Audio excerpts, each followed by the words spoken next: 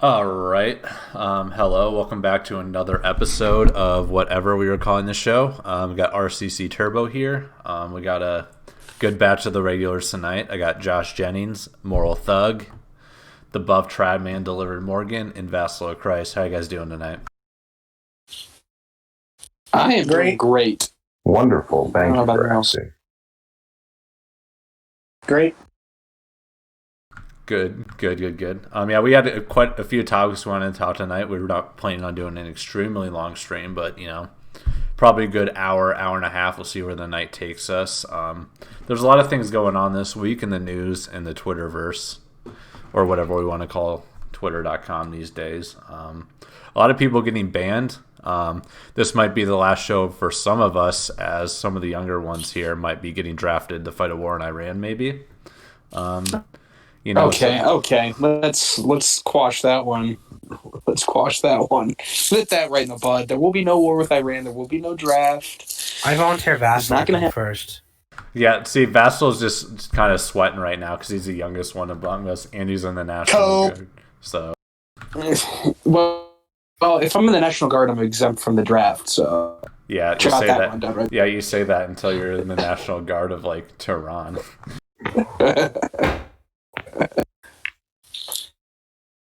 51st state of Iran. Yeah. Ugh. No, I thought the 51st state was Israel. Whoa. Cool with the anti-Semitic yeah, remarks. we're not that kind of stream. We'll nip that in the bud. Anyways, the big thing we want to talk about, as you can see, the background image is us, is a random person kissing the stream of our Holy Father Pope Francis, and the name of the episode. Yep, and the name of the episode is the Papal Shill Squad. As you know, there's a lot of Pope Francis was in the news this week quite a bit on social media and in video, and I saw him on like a lot of mainstream news applications.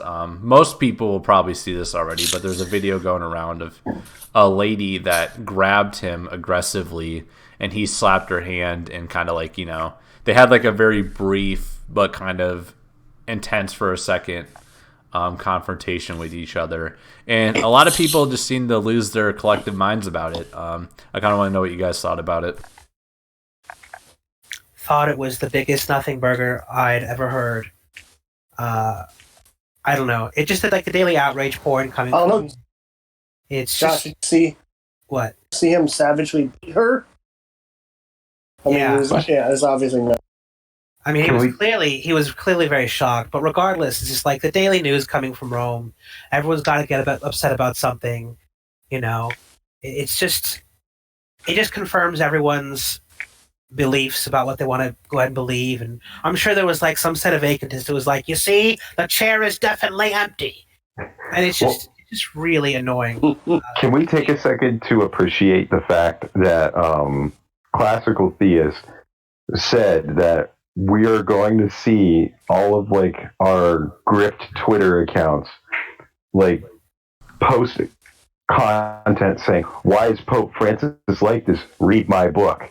And then I think a day later, the most famous of the grifters had their book account literally post almost verbatim, why is Pope Francis like this? You can read about it in this book. Yeah, no, that was a bra moment. We're talking about Dr. Taylor Marshall. We're speaking. Do you even grift, bro? No, I don't. I have a live stream. That's about it. But yeah, no. On a completely unrelated note, here is RCC Turbo's PayPal. Yeah, no, you can follow me on Patreon/RCC Turbo. I'm writing a book. I'm making a rap album, and you can buy my T-shirts soon as well. But yeah, no, I agree. It was a total like nothing thing. It was like a brief thing. It's like one of those things like. It was almost like, if you ever had like one sibling like grab the other's arm and the other one like siblings have done that, and then like they kind of like are mad at each other for a second and then it's over. And it really just wasn't that big of a deal or anything like that. But people have agendas or incentives to really get against the Pope and not like him. whether it's because like they don't think he's trad enough or like he's liberal or like whatever. Like there are valid criticisms of the Pope. We're not going to say that isn't the case. There's many frustrations about his papacy, but we're not going to get into those so much tonight.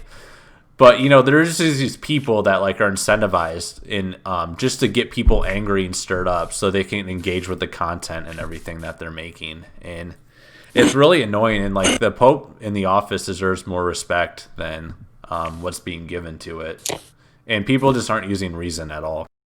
Yeah, and partially when you say they're not using reason, the thing that pops out to me the most is 88 years old, 87. It's like I think we talked about this before. Like, it's not a joke to say it's kind of an alarming and dangerous thing for him to like be pulled off balance like that and pulled to the ground. A rather serious medical issue for him, So to have a reaction of like alarm at the very is completely understandable, and kind of have this. On the one hand, you have the people saying that Pope Francis is being completely malicious and evil, which I don't think anyone, who gives it like a second's thought can see that that's like a serious comment. But then the other day, when we come back and say, hey, no, that's a perfectly human, perfectly rational reaction to one basically about to pull you to the ground and that could cause a serious health. And then people, retort with, oh, but he's the Pope. He's supposed to be above. If we're going to be like hyper analytical, at the worst, that is a venial sin. What he did was to get angry and reproach some physical harm. Right. So, yeah, I agree. And it's are we expecting the Pope not to venial sin ever? Like, of course not. Right. Like, and this is the same Pope that we celebrated doing what almost daily confession. People were like, "Oh my gosh, he's like visibly, Saint Peter, Saint Santa Maria Maggiore, and having his confession heard. Like, wow, that's so." And then we literally, if we're gonna be nitpicking, we see him venially sin. We're like, wow, the Pope's supposed to be above that, though, right? Backwards. Yeah, it's like the Pope's under a microscope. Things are going to happen. And like also the one thing that you briefly mentioned it is that like he is an old man, and old man's bodies are pretty frail, and being aggressively tugged like that, that could separate a shoulder or whatever. I mean, that is valid. And also let's also not remember that like 2 popes ago, like John Paul II had an assassination attempt on it. Like being public and out in the open is a dangerous thing for someone like the Pope these days, and that's the reality of it. I don't know. It's everything's kind of blown out of proportion. I mean, we're not surprised that some lady wanted to grab the Pope. I mean, he's the Pope. There's only one. That's not surprising. It's not surprising he reacted the way he did. Although I could see why some people would think it was a little bit too rash, but then again, I mean, it's like in the spur of the moment. It's not it's a in the face or something. Human like gut slapped her hand. I just think the whole thing's blown out of proportion, and it's just indicative of the current, I guess you could say, culture within Catholicism right now, which is like tuned into Rome at all moments instead of focusing on themselves or on their own parishes or their own prayer lives. I mean, it's like it's always a distraction. I will say this about what he did. It seemed like a very measured response just to get her to. Yes, I would agree with that. If you pay close attention, if you watch it, he has tugged back a good 3 times, 2 to 3 times, and then only that, give that slap on the hand. That people are upset. He's trying to free himself from this woman's grip before he slaps her, which is fairly measured. I mean, he asked his bodyguards to pounce on her if he really wanted. And let's also take a second to remember that he's 83 years old and diagnosed with sciatica. Oh, like yeah. he's got a pinched nerve that is constant in his hip. So any kind of yanking is him having to stabilize himself like that. Yeah, lots of pain. I'm pretty sure if it broke Pope's hip, that's an automatic excommunication. I mean, I don't know about that, but maybe. One thing I would also say about it is that, like, there was a little bit of panic too eventually, where he's like, all right, this woman is not letting go. Like, I think it's a completely like natural reaction to the whole situation. Yeah. Oh yeah. That's why, the Pope should be on those little bears instead of being walking around. I know Francis likes his humility shtick with the walking around thing, but let him put on a tiara and get on that big old chair. Yeah, and it just bears repeating. I know we I don't know if anyone's like exclusively on this, but like it is certainly it's an excuse to hate Francis or Pope Francis, because like someone tweeted out it had been one of the popes like Pius X, not to say he's not a good, but like had it been someone like that had done that, people would have been like, wow, based, like epic, thought patrol, like sort of thing, like kind of the meme responses. Yeah, no, but it's just like also, like, here's one thing I wanted to talk about, because like I had this conversation with someone on Twitter. This person was like, oh, that lady was Chinese. Maybe she was like one of the people from the persecuted church. Maybe she was trying to give Pope a message he needed. And like, here's the thing, maybe, but you're not allowed to like make your own fan fiction and then assume that like the Pope should be reacting to that the way you want to and understanding that. Like, she had a secret mission for him. There's no way to know that. Like, come on. Like, and that's what people do. Like, they kind of have this story in their head, and anything that doesn't match the story or isn't like going along with the story, they get mad about it. Like, you see it in news. You even see it like when people that like watch TV shows or movies, when like things in those shows and movies don't happen the way they want, they get mad about it because they had this idea in their head that was never going there, and when it doesn't happen, they get mad. Like, yeah, like that.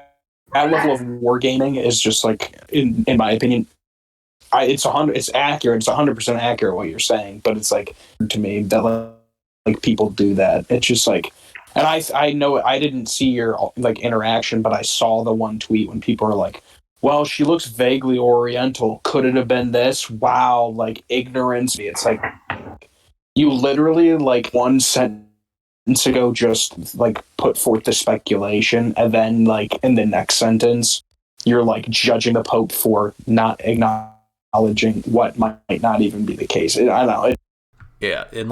And who's say like a random Asian woman is just automatically a member of the persecuted church? Like, well, who's to say she's even Chinese? It's a big assumption. She's right? Like, yeah, I guess. Wow, she's vaguely Oriental looking. Like, could be Chinese. Yeah, like maybe if she was. I mean, maybe you put her on the microscope. Who knows? But like I said, it doesn't matter. Really, at the end of the day, like there's a level of due respect that needs to be shown to the pontiff. And like, yeah, if he does something that's like pretty messed up, like you can call that out. It's not like he's not above reproach, but you got to be reasonable and you got to be respectful and charitable in respect to the office. It's kind of like with the presidency, no one really respects the office anymore. Like with at least the last couple presidents, with Obama and Trump, like people like just are like huge jerk bags to the office or whatever. Granted, I don't think the presidency of the United States is like the same level and merit of the papacy, but still, it's just that people don't really respect authority anymore, especially in an American sense, and that's largely much of the people we're talking about.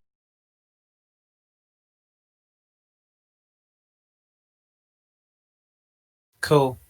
Yeah, I think we gave that a good like 10 to 15 minutes. We could probably move on to the next thing if we wanted to.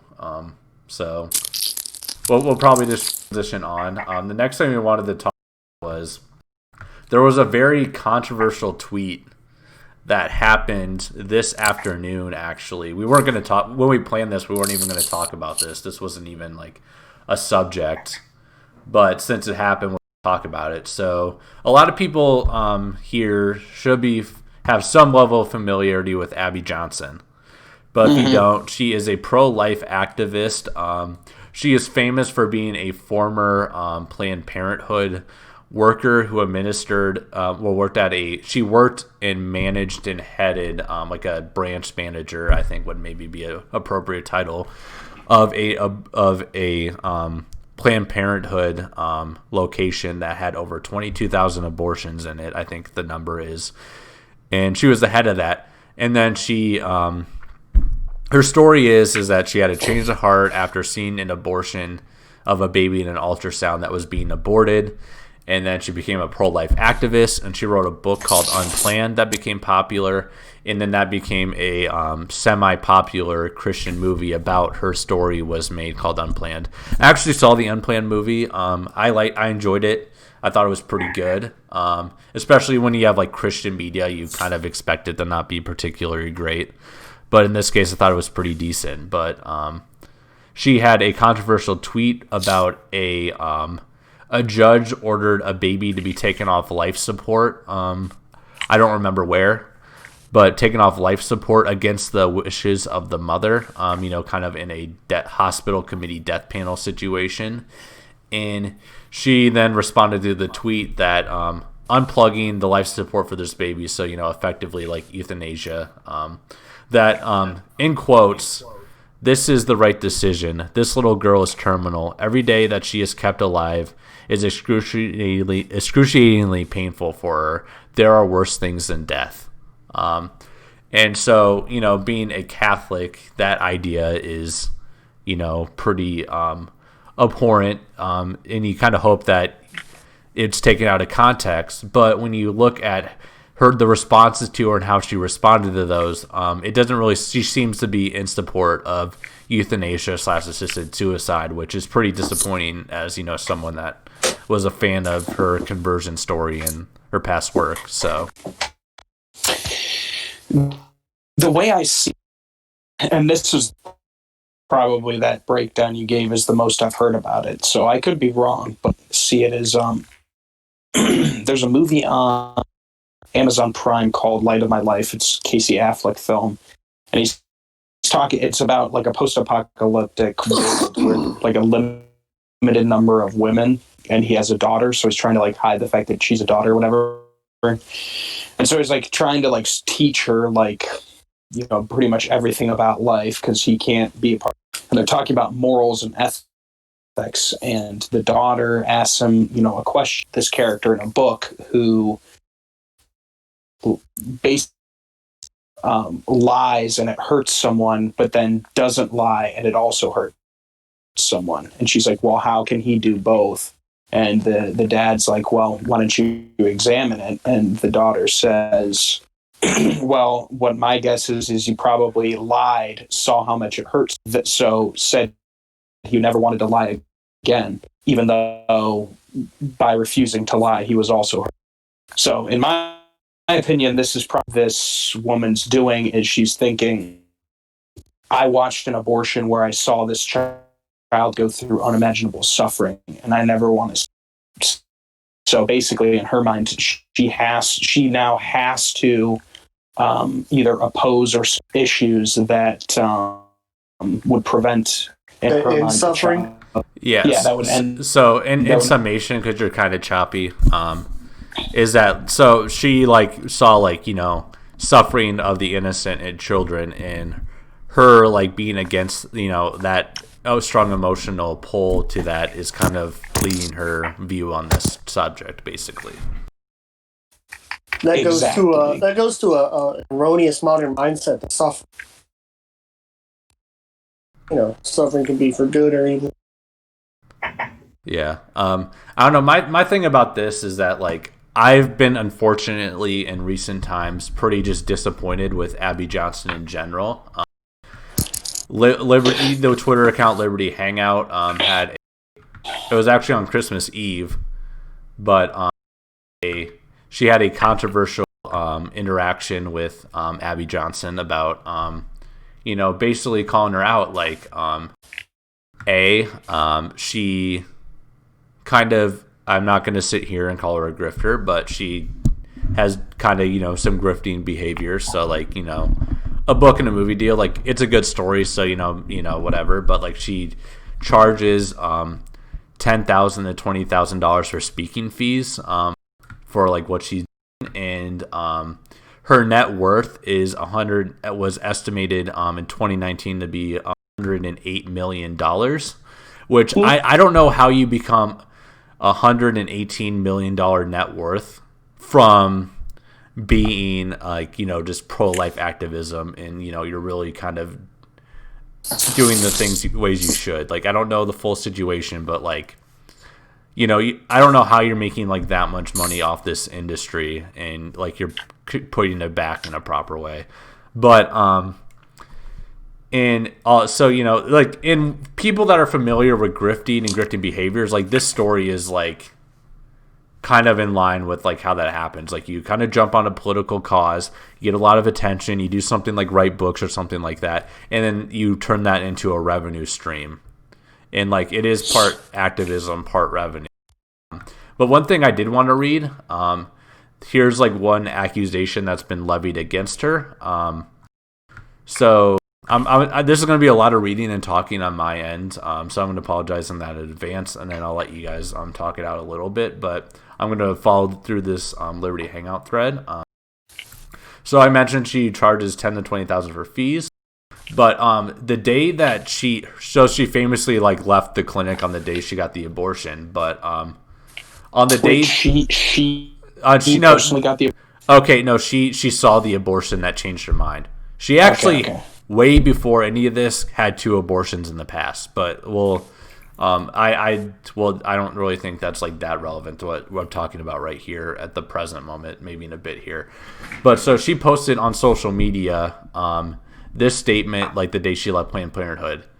And I start in quotes. "Here is the deal. I have been doing the work of 2 full-time people for 2 years. Then after I've been working my whole big butt off for them and prioritizing that company over my family, my friends, that company being Planned Parenthood, my friends, and pretty much everything else in my life, they have the nerve to tell me that my job performance is slipping. What? In exclamations. That is crazy. Anyone knows how committed I was to that job being the director of a Planned Parenthood branch. And then they obviously do not value me at all. I am so out, and I feel really great."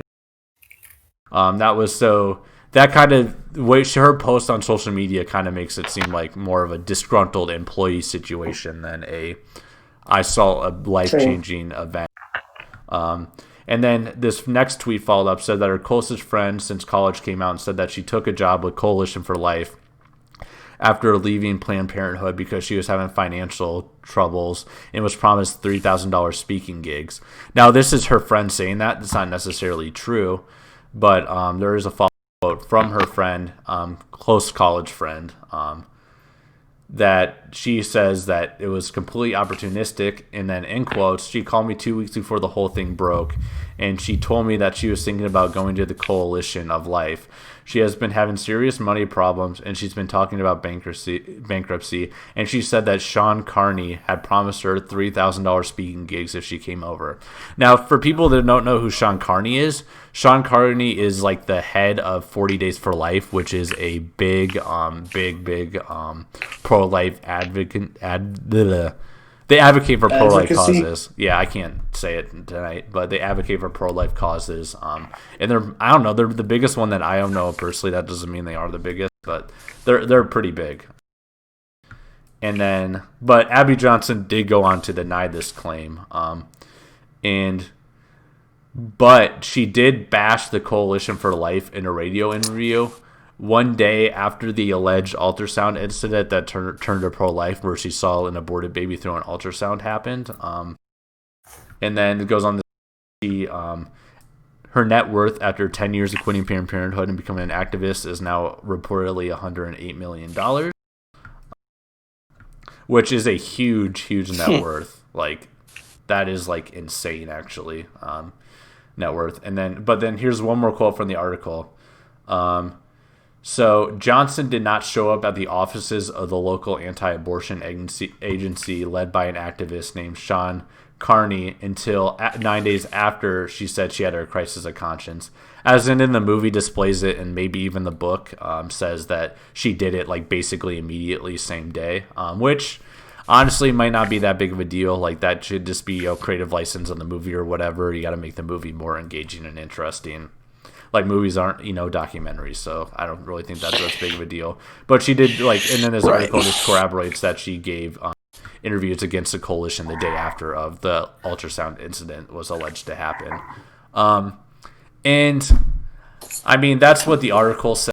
Granted, the authorship was of a Christian writer who worked for like Christian organizations at the least, but not like Catholic or anything. Like it seemed like a very weird American Protestant group, which those are a dime a dozen in this country. So, but like generally Christian, seemingly from the authorship of this article. But it seems to be like there's some holes in the whole Abby Johnson story, which what we don't know and what we don't know is not sure, but I think, in my opinion, and then I'll let you guys talk this out, is that, like, in terms of pro-life advocacy and advocates, like, we can do better. That's just what I think about it. But I don't know, Josh. I would say so. Yeah, Josh, you had some good things to say in the pre-show. Do you have anything to say about this? I just think it's really kind of reprehensible that someone who is considered a pro-life figure would indicate that the rights of the family are somehow lesser than a principle of pleasure versus pain. What she said effectively was that the hospital should be able to overrule the wishes of the parents. And I just think that's an absolute recipe for disaster, especially for anyone who's pro-life. No pro-life leader should be saying anything like that. Right. Yeah, and it could be very well of like not very well thought out. Like this could all be like just all not very well thought out. Like we're open to that interpretation of events, but it is kind of concerning when Abby Johnson does apparently kind of have a reputation in like kind of people in the know or people that like kind of look under the microscope a little bit of kind of being pro-life but not like pro-life enough, or kind of putting a wedge in some pro-life causes, or giving not quite the spin that the pro-life movement needs. Like like at one point she was at in cases of rape and incest, abortion's okay sort of stance in her advocacy. I don't know if she's changed that, but it is very concerning, and like I said, I think we can do better. But well, I think also one thing that we have to point out is that this is a very specific context that, honestly, this could open a whole can of worms with to delegating the hospital as the final caretaker of somebody that's in an ambiguous situation. Like what we don't realize is that, or not we, but what people don't realize whenever they talk about that is that the hospital situation is so messed up. I'm reminded of a story that I've read. It was posted on Tumblr like I think 2 years ago, and it was about this kid who was in a coma for 9 days, and they were trying to convince the dad to take him off of life support, and then the doctors, like, they tried to overrule him, and then the dad got into a standoff for another 12 hours with SWAT, and then his son started responding, and this kid was coming out of his coma. He was doing fine, and they had SWAT doctors check him out. They couldn't find anything wrong with him. Then one of the hospital nurses came in, and the SWAT doctors asked to see her orders. Well, it ends up she didn't have orders, but what she did have was a syringe filled with 50 milligrams of morphine. Now, 5 milligrams is enough to put a kid like that in a coma. 50 is enough to euthanize it. And they found out when they did some digging that this hospital had been like responsible for a number of suspicious deaths. And to kind of tie it into the abortion thing, we know that from this time last year, when the governor of Virginia was talking about, post partial birth abortions, we know from the documentation that they were selling the organs of those who were partially aborted to the hospital systems. So it ties into itself.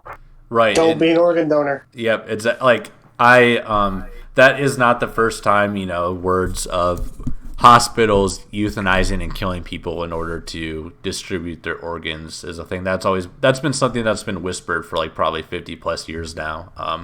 I personally actually recommend people not to put themselves on the organ donor list, because like there are hospitals out there that will kill you to take your organs. Like it's pretty hush hush in the news, but it's a thing. Can I add to that? Yeah, go ahead. So not only would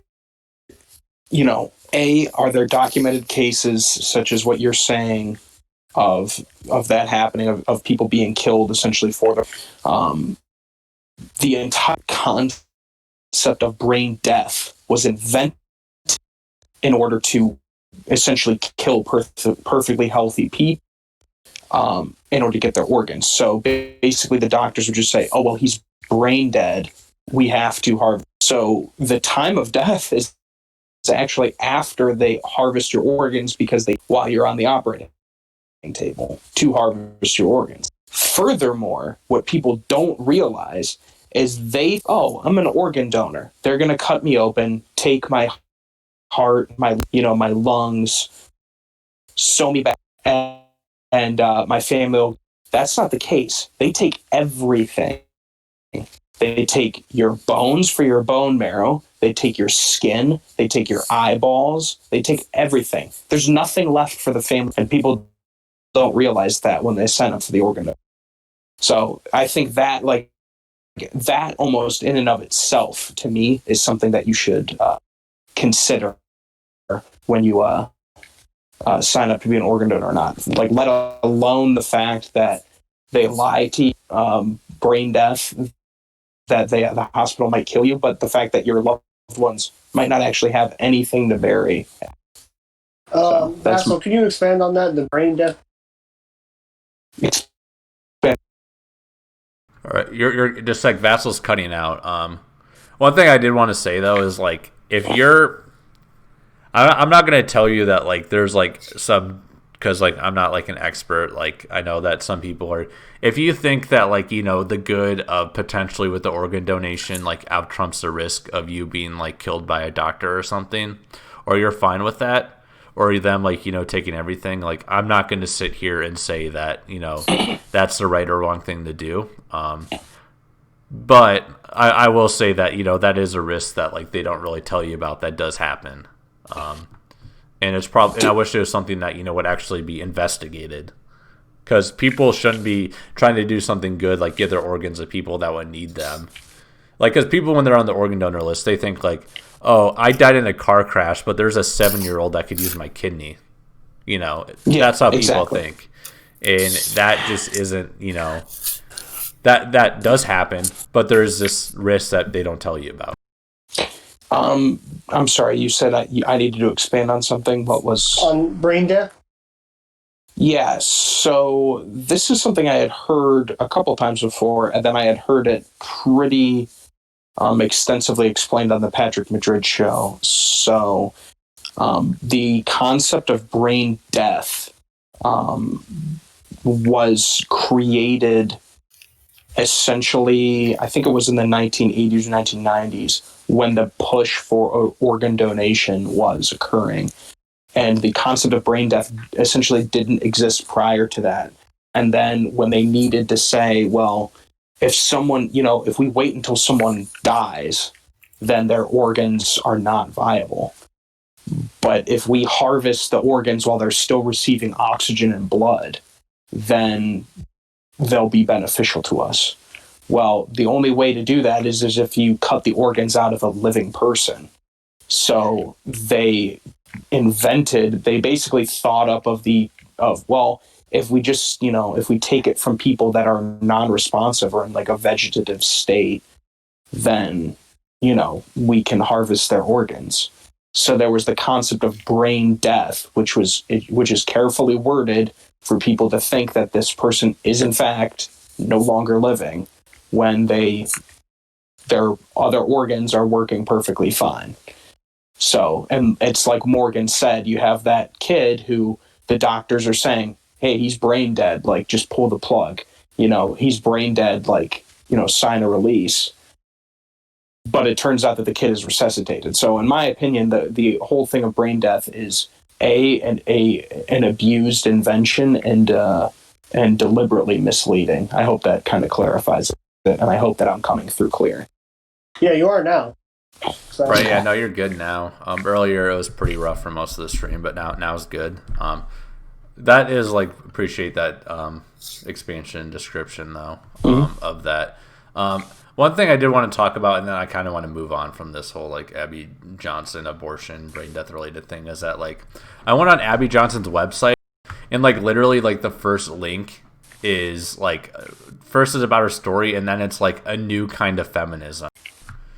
Oh my gosh! And then it's talking about, oh yeah, here's the thing: if we're feminists are right when they say that pro-choice and access to abortion is fundamental to feminism, and that you can't have one without the other. They're right about that, which means that anti-abortion, pro-life activism has to be a anti-feminist movement. Now that doesn't mean I'm not going to say women can't be involved with it or whatever, but it's got to be strictly anti-feminist. I'm so sick of this trying to re-polish this turd that is feminism to make it something that's good, Catholic, family friendly. It is fundamentally and always will be against the unity of man and woman in the family. We've given it 150 years, 200 years. How long do we need at this point? It's a failure, and all it does is bring pain and destruction with it. Pretty succinctly put. I would agree with that 100%. There is a list of things that you can't be as a Catholic. I think I might have tweeted out before, but feminist is definitely one of them. I'll since I'm not running the stream, I'll just flat out say it. I don't think you can be a feminist and a Catholic. That's just my take on it. Yeah, and here's the thing. I will there are friend I have a pretty varied opinion, life experience, worldview, Catholic friend group, and there are some people that would describe themselves as feminist or whatever, and if you break it down, they're not really the same thing as your average feminist, but they still have this fundamental flaw or gap in their thinking where they think they can they think there's something salvageable with the terminology in the movement. You're either a feminist and you're something that's fundamentally broken, or you're something else and you should call yourself something else. That's my opinion on it. Stop trying to save this term. It's not a term worth saving. It has a connotation. It's Catholic socialist. Well, what happens is they hear feminist. Well, what happens is they hear feminists and they think, "Oh, I love and respect women." I don't know. They should be.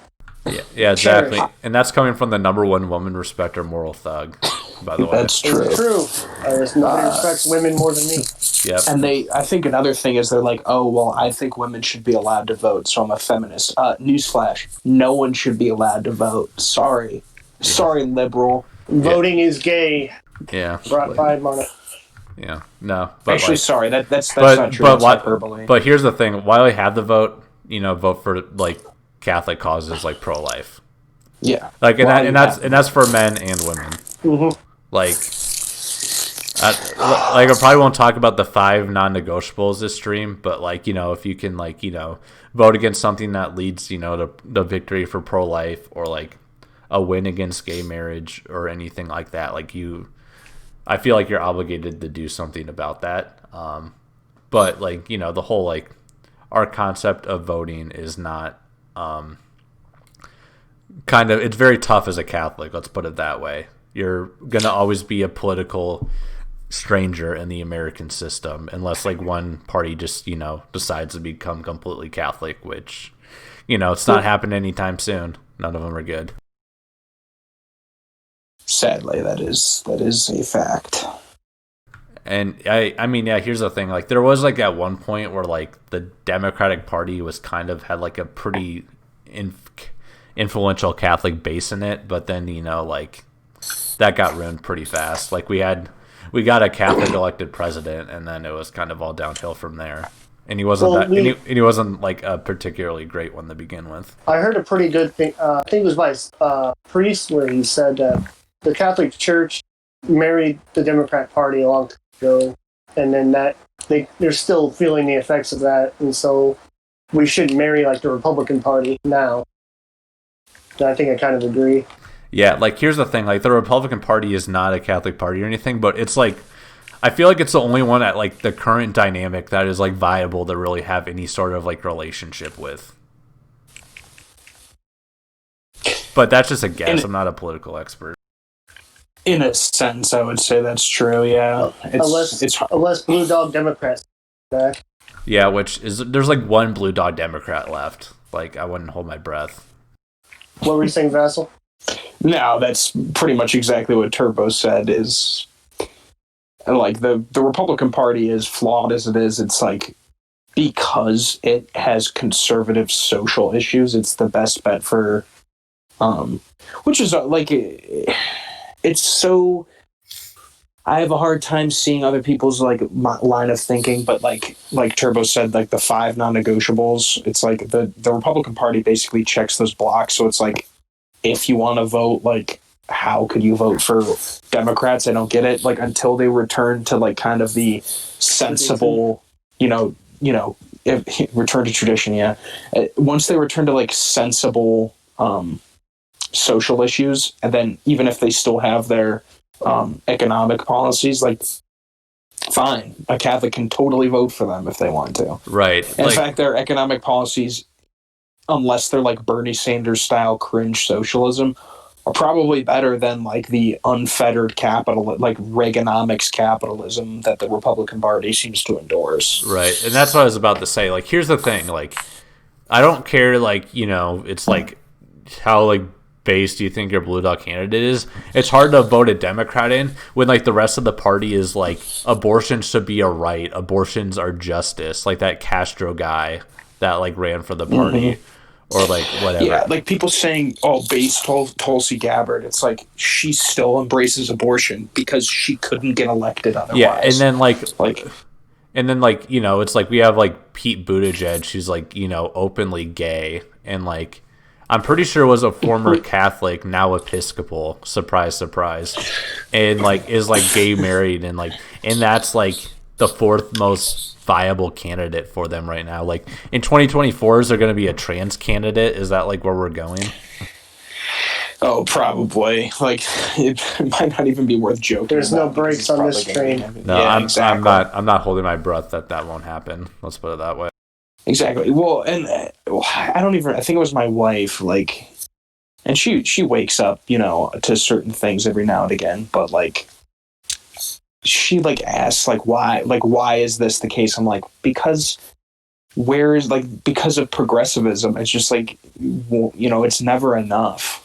It's the French Revolution. Right. Mm-hmm. It's the idea of progress for the sake of progress. Like there's no end goal. Yeah, and then before the French Revolution, there was the Protestant Revolution. Like the Protestant Revolution or Reformation, or whatever you want to call it, is revolt against the church. The French Revolution was a revolt against God. Right. Mm-hmm. I mean, yeah, you could do like 10 episodes about the French Revolution if you wanted to, but challenge accepted. Yeah, if you make a channel, that's something you should definitely do, or like you and Bass will do another history stream on it. That would be good. Don't mind if I do. Like, but yeah, no, and like that's the thing. Like, I think that we're gonna move on to like books and stuff next. After this, but like, I mean, to kind of surmise this whole, I guess, segment or whatever. Just be like, the decision, like the decisions you make and like how you make them matter. So like for like Abby Johnson, like whatever, like however her worldview is formed, that like she thinks that like euthanasia is okay, like that matters, and that has like consequences for like because that thinking and like ideas have power and they matter. So like you have to like be framing your viewpoint ideas around the church, and like when you don't, like Abby Johnson seems to not be, like you kind of get these like really like dangerous positions, like letting hospitals decide if people can live. And so it's kind of a cautionary tale. So I mean, the best thing for Abby Johnson is like the hope that A, she isn't a grifter, and like B, kind of like pray for her to grow in her understanding and relationship with God, and for her not to be obstinate in any way, to accept like the truth of the church and live with it as a faithful Catholic. So that's all you can really do, though, and that's all you can really hope for at the end of the day. We don't want Abby Johnson to fail or anything like that, but we do want her to be on the right path. So I sincerely hope that I get to see her in heaven. That's yeah, what I hope for everyone out there. Right. Anyone listening right now, anyone that jumped in for a second and left, I know who you are. It's okay. I'm just joking. I'm not petty like that.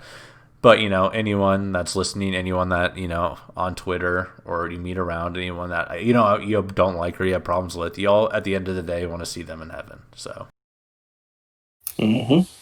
Right. And then I think the next topic is books. I don't really have much to talk about, but I know that Morgan and Joshua had a good amount. What are you guys reading right now?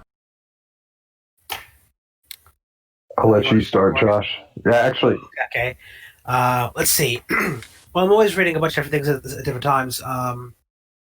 Just yesterday, I was starting in on a history of the Council of Trent, and I shared the story on the old Twitter sphere about this bishop who excommunicated himself because he grabbed another bishop by the beard because they were very heated over a topic.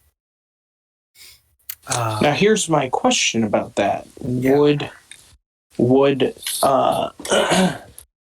Would Saint Nicholas therefore be excommunicated for slapping Arius? What's the difference? Well, Arius was not a bishop; he was a presbyter. So that's a very different situation. Also, I'm pretty sure that story is apocryphal. I'm pretty sure Arius wasn't even at the Council of Nicaea. Yeah, I didn't even know it was Arius that like he punched. I thought it was just like an Arian, not Arius. It might have been. I think out of all of the people who were at Nicaea, I think only 2 did not vote for the final decisions, something like that. It was pretty decisive, right? And in fact, what I was reading on, I think it was on justification specifically. It passed unanimously at Trent, which is also pretty impressive. Yeah, just like, do you want to explain what they voted on? Because I don't quite know what that means. There's a lot of things, and I don't think I can give it justice by examining it. But basically, justification is one of the big controversies between that came out of the Protestant Reformation. I mean, it was a revolution, but you're not completely wrong. But Luther devised justification by faith alone, and that is basically, one of the big breaks, one of the things that had to be tackled at Trent. And there were a lot of different opinions at Trent. It's very interesting seeing the interactions between the different people and parties and mistrusts. A lot of really good men were completely distrusted and considered pseudo-Protestants. Oddly enough, a couple of them were really good men, but because they were either, I guess too nice or something along those lines, they are mistrusted. But history has vindicated them, and they, of course, were completely orthodox. But it's understandable, being in those times, especially when those lines were very much blurred. And I tweeted about this too, but up until like 1530, for instance, Melanchthon, who was the closest disciple of Luther, still considered himself Catholic. But by 1523, for instance, Bishop Fisher, St. John Fisher, had already made it clear that Luther was a full-blown heretic, right? So these lines weren't negotiated very well by the people who lived during those times. A lot of people certainly were able to view the scene very clearly, like St. John Fisher, but for most people, it was very, very blurred. And there were a lot of uneducated people and a lot of people who were not theologically trained. And of course, Trent set out and did solve those problems when it came to the theological training of priests and the like. But that's just one of the books. I haven't really gotten to that far into it yet. I'm just at, I think, the first sessions. There were 3 major sessions. It's a 5-book examination, and I'm only on book 2. So there's a lot to go through. And I'm only skimming it. I'm not actually reading it in full yet. So, I usually skim through books and check out footnotes and things like that because there's a lot of gems to be found in there. What else? Done a couple readings and some things about Florence, specifically with Savonarola, who is absolutely incredible and wonderful, and everyone should read about him. I've been reading Scopoli's Spiritual Combat. I've been sharing some quotes from that as well, and that is really good. I don't know if I could recommend it to anybody who's new to the faith, but it's got a really couple incredible passages, and it really makes you consider new things. And then the last book that I've been reading has been a book on the history and the usage of the Little Office of the Blessed Virgin. And that's been very enlightening as well. That's good. Wonderful. Especially like the Council of Trent is probably an extremely interesting council to know more about. So that's pretty cool. Yeah, I had just recently read, and I want to read the other book, but I read Personalities of the Council of Florence by the Jesuit Gill, and that is very interesting. And I think you will learn a lot about the differences between East and West, and how those lines were navigated, and it's just very, very interesting. And I think it was a very decisive council in many respects, and sort of made like a Trent inevitable in a lot of ways. It needs to be looked into more by people. But I also have his history of the Council of Florence proper, which I'm going to get into soon. I put on the cloud account that I have online. It has Gill's history of the Council of Florence there. It's very interesting because I don't know if you know the history of the Council of Florence, but basically the schism was healed effectively. And then one bishop, Mark of Ephesus, was not on board. And when he got back to Constantinople, he got the people on his side against the reunion. And although the emperor maintained union up until the fall of Constantinople, in the end, it was Mark of Ephesus and his disciples who had their way. And so the East and West, although they were technically reunited at Florence, de facto were not. From what I understand, the Turks were the ones that were interested in keeping Mark's side in power. Well, because they were afraid of any Roman help. That comes much later. By Mark got back to Constantinople several years before the fall of Constantinople, and therefore several years before dealing with the Turks. So that was, although certainly relations with the Turks did come later, that was not an immediate thing, and I don't think I blame Mark of Ephesus for that. Oh no, I meant like his supporters after.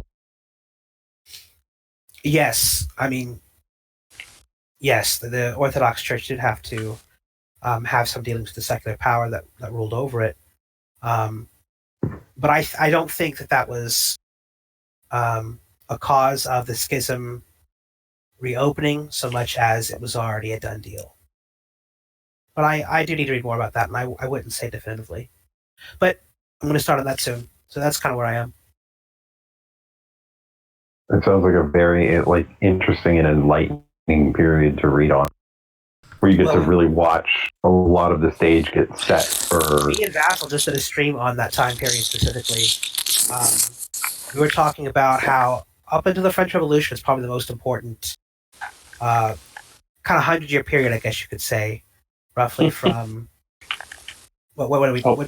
The 100 Years' War, right? Because Yeah. the 100 Years' War, last year, the 100 Years' War is the fall of Constantinople, even though it's not at all related necessarily. But that time period is very significant, and a lot of things kind of play out from that time period, not only ecclesiastically but also in history. So, for instance, the 100 Years' War isolated England. England became effectively a backwater country up until much later. So it changed, like the battleground became Italy with the French invasion of Italy, the Italian wars that came out of that, and all of that ties into Trent significantly, right? Because where you're going to have the council, right? Now the one cardinal, Morone, who was one of the guys who I was talking about earlier, who was people thought he was a heretic. He wanted Trent originally, but the Germans wanted it in Germany because they wanted it on their home turf, and this guy wants it here, that guy wants it there. But all of that was such a problem because of what was going on in Italy, which was kind of the focal point of that century. But anyways, that's kind of beside the point. You can listen to that stream if you'd like to. We go on and on about it anyways. Yeah, I'll definitely check that out. I have since we're in the new decade, in the new year, I have a personal library of about probably like 300 books that I need to start cracking my way through. So I'm working on 3 books, right? Well, I'm working on 2 books at a time. One of them's like my slower read, and then one of them I'm just like peeling through as fast as possible while still trying to pull stuff away from it. I just broke one of the cardinal rules and read a Matthew Kelly book. The book. What's wrong with Matthew Kelly, man? Who is Matthew Kelly? He's a kind of I'm gonna call him a meme because he's not malicious. He really isn't. But he runs a group called Dynamic Catholic. He's really like one of those like self-help religion book types.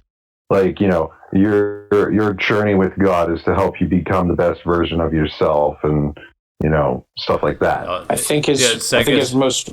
It's really funny that you say that, because someone at my parish just bought 1,000 copies of one of Matthew Kelly's books and like passed them out after masses. Like, I think his most famous one is Finding Happiness, or what is it? Resisting Happiness. Resisting Happiness. Yep. Yeah. The one I got is called Rediscovered Jesus. I'll probably read it at some point and see how it is. So. The one that I read was called The Biggest Lie in the History of Christianity. And it was kind of interesting. Like, I wouldn't probably recommend it to anybody in our sphere, like, that has a decent religious life and is practicing their faith life in the sacraments. But I would definitely, I've definitely thought about getting a few of these and handing them out to some of my nominal Christian friends or my nominal Catholic friends. Because he does talk about a lot of stuff, like how, one of the biggest lies you're told about Christianity is that holiness is impossible, or holiness is something that isn't feasible. And he kind of goes over like the tie between happiness and holiness, and that gives you like a couple little strategies to ways you can, start to cooperate with God in your day-to-day life. And just some basic stuff like that.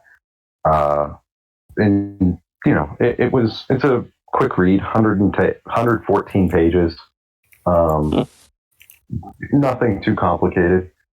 The book that I'm working on now is written by a woman named Susan Testone, and the book is called Praying with the Saints for the Holy Souls in Purgatory.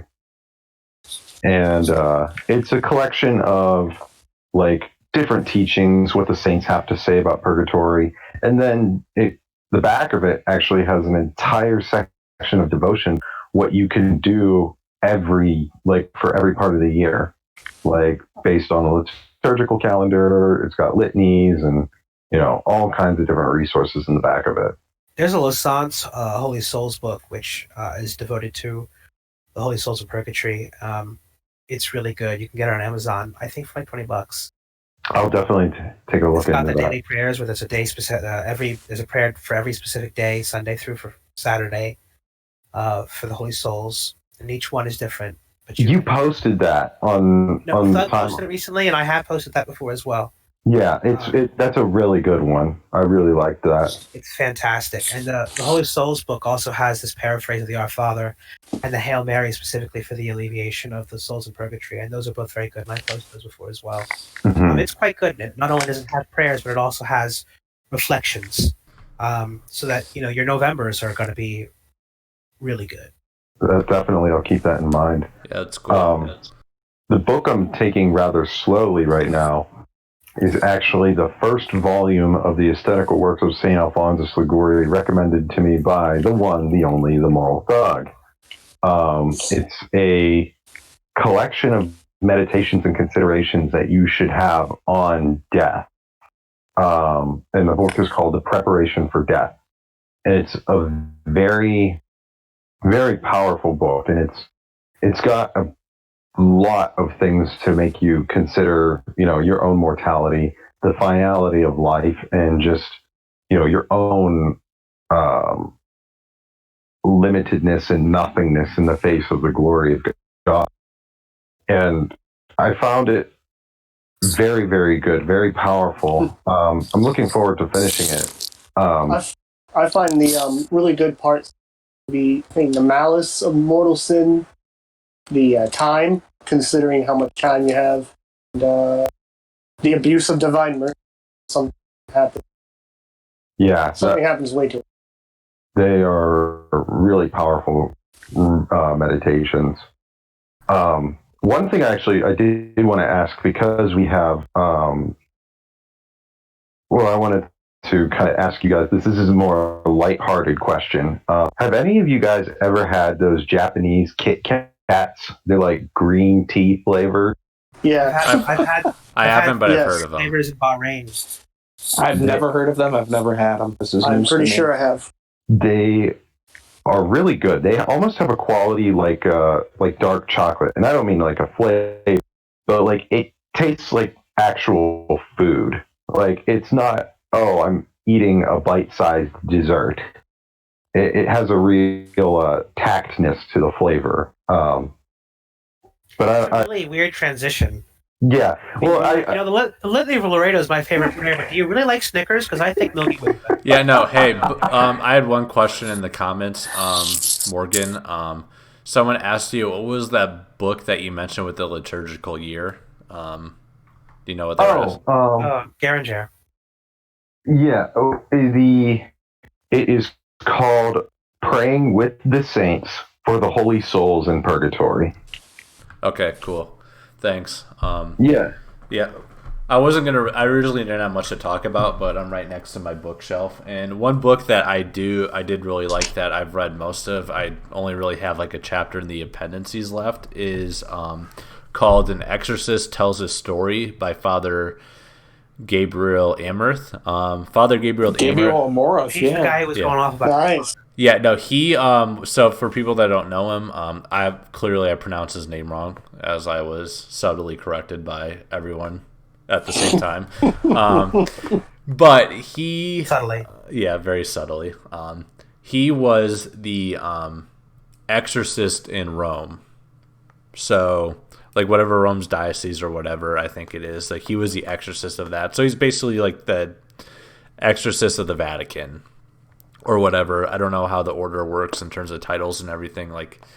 But he was a very, highly regarded exorcist. And he wrote a book called An Exorcist Tells His Story, where he kind of gives a very a breakdown of, kind of little spiritual warfare, how some of exorcisms work.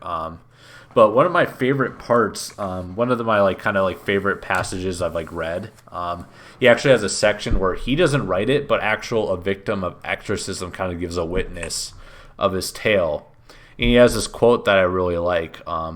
Beginning of the quote, like I said in context, this is a person that had an exorcism happen to him. He was possessed. He had, thing. And the way it happened was this person, like, was given food from somebody. And, like, the food was cursed. I'm pretty sure is how it goes. But the quote goes, Satan's true goal is not to make you suffer or to harm you. He does not seek our pain, but something more. He wants our defeated soul to say, enough, I am defeated. I am a piece of clay in the hands of evil. God cannot liberate me. God forgets his children. If he allows such suffering, God does not love me. Evil is greater than he is. This is the true victory of evil. We must rebuke it, even if we no longer have faith because our pain dulls it. We must have faith. The devil cannot touch our will. Our will does not belong to God or to the devil. It is ours alone because God gave it to us when he created us. We must always say no to those who want to destroy it. We must believe, like St. Paul, that in the name of Jesus Christ, every knee must bend in the heavens, on earth, and under the earth. I'm glad you mentioned that today because today is the Feast of the Holy Name. In the name of Jesus, every knee shall bow, every tongue confess it. Yeah, Vassal singing kind of, But yeah, also Father, someone pronounce his last name for me. Amoreth. Father Amoreth did pass away, so if you would say a prayer for his soul, that would be good as well. Yeah, I think, one of the fun things about, like, when we talk about our books, like whether it's a great e-library, physical, like there's a compendium of knowledge that you can own and have at your own discretion, and building your own library is, like, in my opinion, like one of the best ways. Like, just kind of, for example, I'm looking at my bookshelf right now. I can see 3 works of the Church Fathers that I'm looking really to kind of dig my teeth into this year. And it's The Cosmic Mysteries of Jesus Christ by Maximus the Confessor, The Holy Spirit by Basil the Great, and then Athanasius's On the Incarnation, which coincidentally I got on Christmas. Yeah, I'm part of that select club. People have a lot of books on their shelf they have not gone through yet. But I can talk about what I'm going now. I just finished Humility of Heart. If I could find it, I'd be able to tell you the author. And the Ways of Mental Prayer. I'm going. Oh, I've heard good things about that one. Yeah, kind of dry, but very good. I can go through one or two of the methods. Give us one real quick. Yeah. Well, they are both. So the first one would be to take like one of the prayers. I would say like the Our Father, and then say them slowly and meditate on each word or couple of words as you go.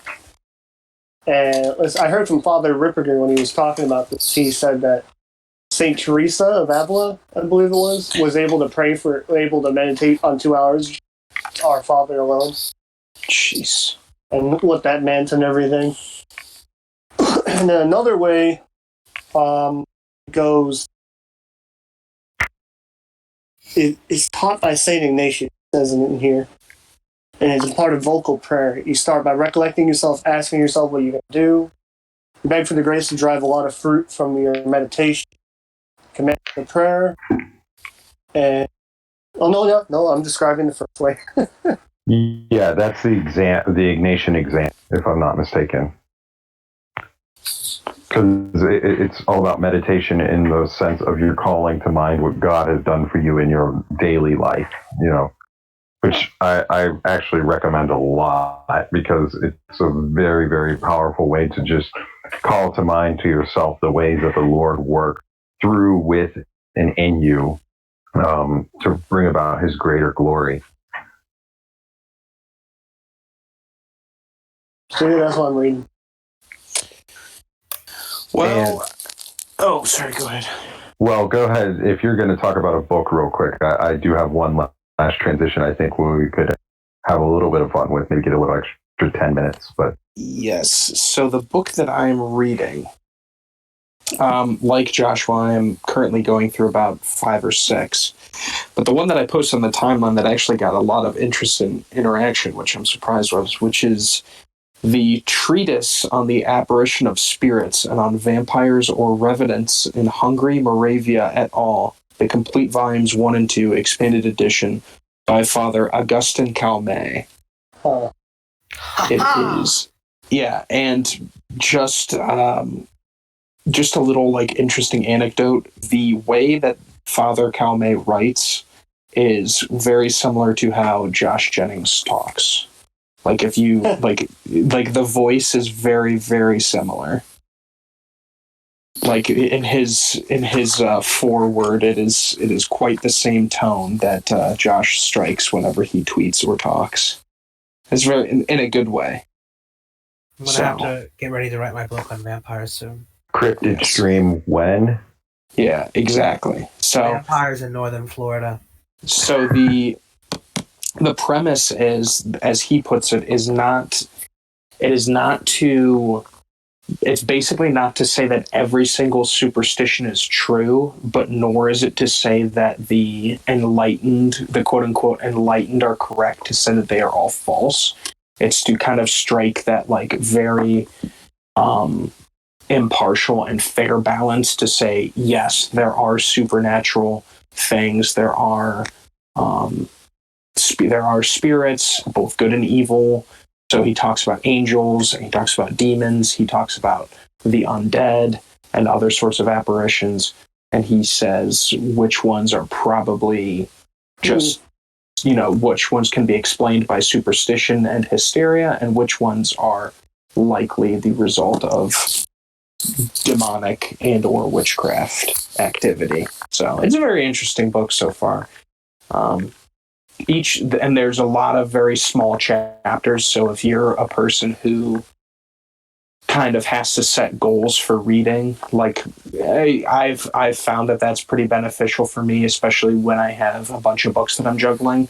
When you just say, okay, today I'm just going to read, X amount of chapters, or even just one, it's a book that parcels it out very easily, as opposed to another that has, 50 pages for a quote unquote chapter. And, you find yourself stuck in the middle of it with no good stopping point. So it's a book that's in a bunch of different places. Like have one in the bathroom, have one in your car, have one at work, have one next to your bed. Yes, that I do that exactly. I have the book that I'm reading with my wife and daughter on the coffee table. I have the book I'm reading just with my daughter in her nursery. I have the book that I'm reading on my own next to my bed. I have the another book I'm reading on my own on my desk at my house, and then another one is in my duty bag that I take to and from work. So the ones I have on my bed be like, sometimes before bed, I go to bed, I read Don Quixote or what was it? St. Louis de Montfort's on the consecration. Oh, the preparation for the true devotion. Yeah, and in the bathroom would probably be what was it? The Case for the Crusades.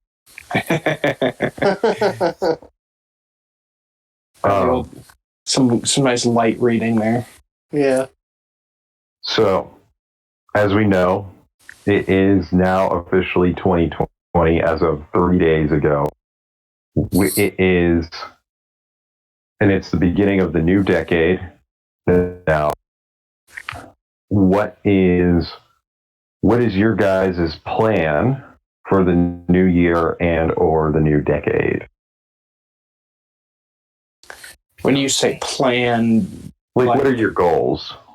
Do you have anything that you set aside? Like, okay, well, now's as good a time as any to the 2020s. I'm going to get it done.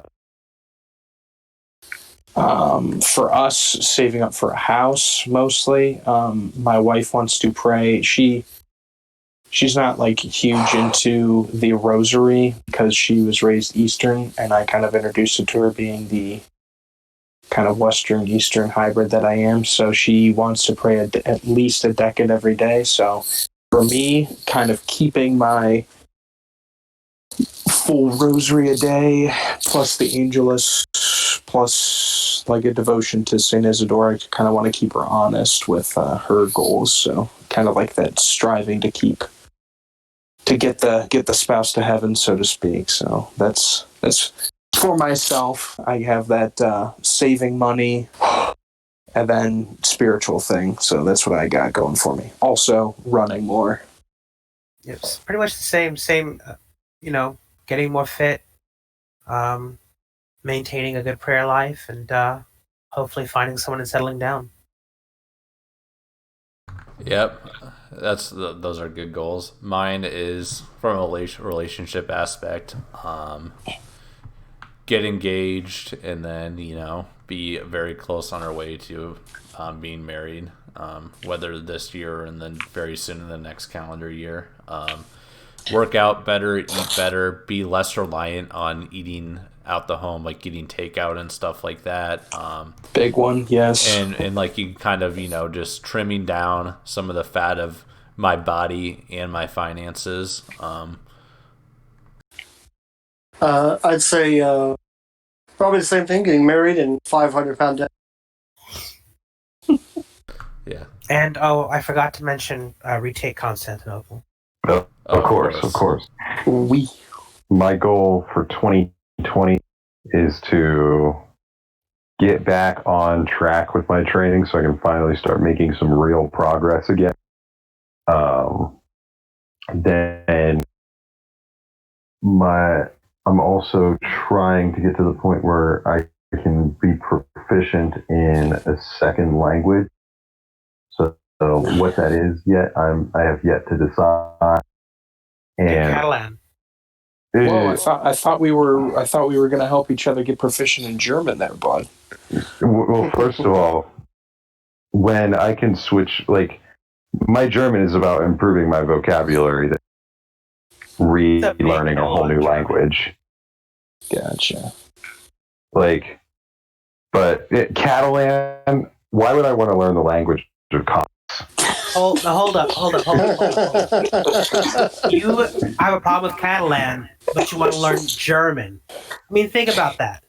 German, which is like the fount of modernism in literature. You know what? I said that whole ass remark about Catalan while completely forgetting about the fact that I have Das Kapital in German on my bookshelf. There you go. Kapital. Also, I would like to point this out, and not that it has anything wrong with your joke, but I hear a lot of the anti-Catalan sentiments a lot, and yes, Barcelona was like ground zero for the anarchists during the Spanish Civil War, but there were a lot of Catalan martyrs. Whoa! You mean Barcelona? Yes. And by the way, Barcelona is a wonderful city. You mean Barcelona? Barcelona. And the Abbey of Montserrat is absolutely incredible, and anyone who is in the area should go see it. All right. Is incredible. I'm going to head out, guys. I'll see you later. All right, Doug. You have yourself a good night, man. Yeah. Have yourself a blessed day. Yeah. Have God a good bless night. everyone. Thanks for coming on, especially on last minute, short notice. Yeah, thanks for having me. See you. Yeah, no, good as always. Yeah, we're probably just gonna start doing sign-offs. To be honest, so I don't know. Does any of you want to start? Closing thoughts. Is that what we're opening up for? Yep. Closing thoughts, statements, plugs, anything. Go ahead, Morgan. Pray, and again, pray. So because we're definitely, things aren't slowing down, and you have a duty to pray. You might as well, do it willingly. That's it. Right. Josh, you got anything? I mean, that pretty much covers it all. I think, pray. If you don't know what to pray, the rosary is always a great place to start. No one really cannot grow that devotion, so it's something you can have with you your entire life. It's that simple. I would definitely agree with that. It is the one that is, I mean, you might think it's challenging because you might not know some of the prayers by heart, but the nice thing is that it's literally the one that's, I would say, probably written about the most. So you don't have to fret and trying to reinvent the wheel when it comes to prayer. There's certainly plenty of books, as we've just mentioned, that cover a lot of this stuff. So yeah, that's pretty much what I got. As far as that, just eat right, eat healthy. Do something to improve your mind. Prayer will improve your spirit, and do something to improve your mind and body. So that's all I got. Yeah, I would just add one thing about the rosary. If you're having difficulty praying a full chaplet, that is 5 mysteries, try and eliminate as many distractions as possible. Quiet space, closed room, lots of visual imagery if you can, and hopefully that can help. When you say that, do you mean eliminate the visual imagery or use visual? No, use visual imagery, because a lot of people who have difficulty with. Yeah, because I was about to say focusing on an icon. Yeah, I would say would definitely help. You can find images, you can have them beforehand on your phone, or you can print them out. Of each mystery, there are nice little booklets you can get. It's just looking at it while you're praying your Aves. Right. There are also great guides that have a point of meditation per Ave, so you can recite that line real quick, right, and do your Ave, and so you're always on track with one thing. I would out there, yeah. And then one thing I would say is that so visual imagery is good if Josh said, it's like an icon or it's something holy or brings your thoughts, the Jesus or the church or something like that. That's kind of why the church has art and stained glass and stuff like that. So if you do kind of your eyes drift or your mind drifts a little bit, you have things to draw your attention to that are toward Christ. So that's why imagery is good if you're using it right. Turn your phone off, silence your phone, or whatever you're going to do. I sometimes play, chant or whatever in the background, but yes, get rid I of would all say that helps, so that you can focus on what you're doing. Because it'll help immensely if you can eliminate distractions. Distractions are the bane of prayer. Yeah, I would say this might sound foolish to some people, but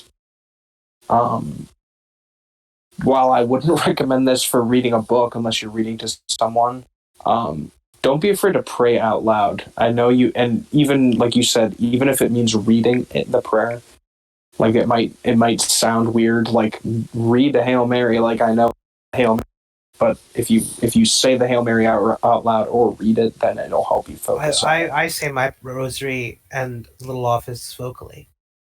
Yeah, I find I don't do it all the time, but I definitely find that if you need the right headspace or you need to focus, it's definitely a way to hone in on it. So I would recommend it. Right. Just last thing to start it off. One person had asked in the chat that quote I read about the victim's witness of the exorcism. I am making a Twitter thread of that quote that should be posted pretty soon after this stream shuts down. And then for me, one thing, speaking of 2020 goals, in terms of just Twitter and stuff, getting the 700 and then 1,000 followers is, a kind of unimportant goal in the scheme of things, but just, see if I can get it on Twitter. But other than that, covered, pray, and do things that bring your attention and focus to God in your prayer life and in your life in general. And, things like that. But I'd like to just thank everyone for listening tonight. I hope that this stream was informative and entertaining, because that's really all we're out to do with this. This just started with us kind of having these talks on Discord and having fun with it. And then we just decided to stream it because, just add an element to it and make it entertaining for us. And then hopefully people get something from it as well. But yeah, God bless all of you. All of you have a good night. Subscribe, follow at RCC Turbo on Twitter, and everyone else whose Twitter account is posted in the video. So, God bless.